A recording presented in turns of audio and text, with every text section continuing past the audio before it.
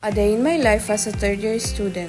Di ako nagpa-school ngunyan pero nagpahong ako. Duman kayang sa muyang meeting place. Kang sa kuyang mga kagrupo sa film. Uni nga ni Sestra, sabi ko sa iya magbalik siya ta i-video ko siya. Bali na inot si Freyan, sunod si Bea, sunod ako si Gwen, Chris and Ezra sa pag-abot sa samuyang meeting place. Medyo nahaluyan pa kami paghanap ng samuyang sakayan paduman. Pero eventually, nakasakay naman kami. Nakiuli na din kami sa driver na may halatan pa kaming mga kagrupo. Kaya man lang, taday pa man panoing samuyang sakayan. Nagtukaw na nga din kami para relax na ta. Nakatindog kami tuman sa may luwas kang hong. Kahaloy-haloy kaya ni Lisel. Joke lang. Feeling ko mahulaan nindo kung sinsay na naman ang late ngunyan. Siyempre, mayong ibang makaagaw sa title ni Mariel and Rachel. Yun lang. Pero okay man lang, late sinda pero on time. Kumbaga, late sinda pero nakakahabol manggilaray sinda. Napapangirit na lang nga ni kami sa duo na ini. Gusto ko tayo i-unmute pero baka ma-restrict ako ni FB. Feel na nga dyan ni Ma ang sayang pagkanta. Fast forward, on the way na kami. Hulaan nindo guys kung saan kayo mga duman. Siyempre, dinamay ko naman si Mariel. Sino ba naman ako? O diba? Cute mo dyan, Ma. And then, nag-video ako, tapos sabi ni Bea, siya daang ma-video. Swerte ko talaga kasi supportado ko mga friends ko mag-vlog. Kaya ang ibang clips sa vlog ko, baka man ako ang nagkukuha. Siguro by now, naaaraman na nindo kung pasain kami. And yes, paduman kami sa Padre Pio. Nagda kami ni Chris Ann magduman, deserve me daan eh. After a long, tiring week, deserve me in. Pero iyo talaga. Pero syempre, joke lang. Dahil sa tigay validate ko ang feelings kang ibang students. Pero pag nakakita ka ng estudyante na stress, panigurado eduk student yan. Yun lang.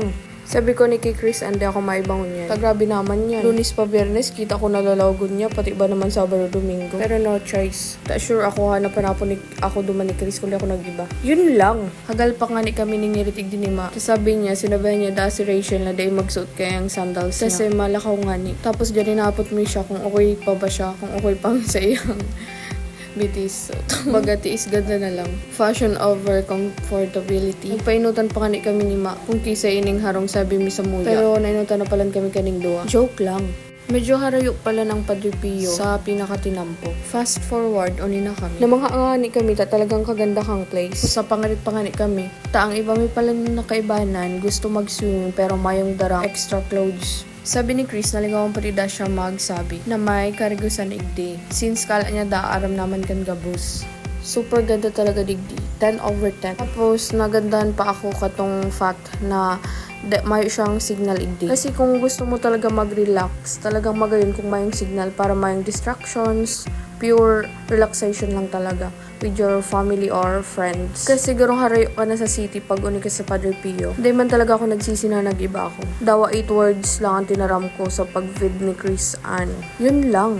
Igo din pala ng igding mga tindahan. Kaya if nalingawan ka magdarang foods or may nalingawan ka mong bakalon, may mababakalan ka mo. Pakaabot mi nga ni igdi, sabi mi, garo kaming nasa ibang lugar or garo tong bako ni part kang naga. Garong nag-ibang bansa kami, ganyan. Ay.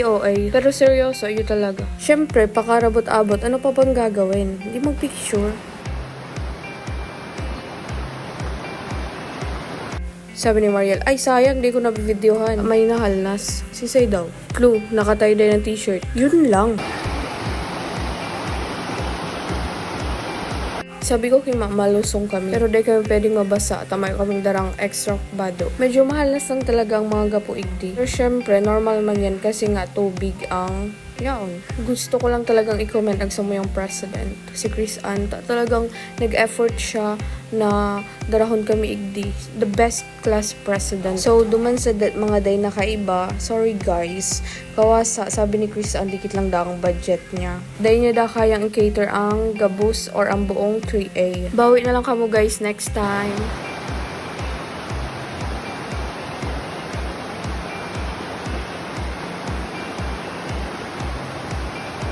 Habang nagbabad-babad yan kami nama, nag-orulay kami kung ano ba ang pwede kong i-upload sa mga viewers. O diba, dawa, dikit lang viewers ko, kaipon may upload na ako. Sabi ni Rachel, yalis da. Garo may katanog siyang sira. Yun lang. Pero na-appreciate ko ito, syempre. Pero sabi ni Ma, ano kaida kong sanis na lang. And na-excite ako upon hearing it. Kasi ang ship ng Luffy, 1,000 sunny. Kaya sakto. Ay hala, tawag to nakabali ng clip na ini. Kunyari din lang daw guys, nakita ito. Tapos, dahil to naaraman na nagdidi talaga kami sa Padre Pio.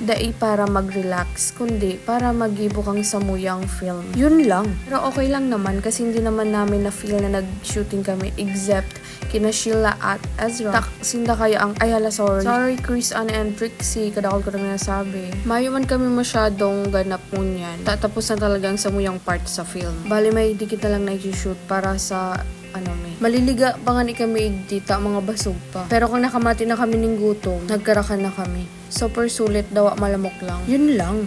Thank you so much Palan, Ki, Ate Mikay, and Glenn sa pagluto kang masarap na adobo and gulay na nato. Actually, maganda man magpuro picnic igdi sa place na ini. May ibang nagpipiknik talaga. Pero kami dahil sa dakol kaming dara and mama kaming nadarang mat or something na pwedeng ming ihapin. Kaya duman na lang kami sa cottage. Tama ba? Nakakita pa nga ni kami ng rainbow. Hindi ko alam kung nakikita nindo pero nakita mi.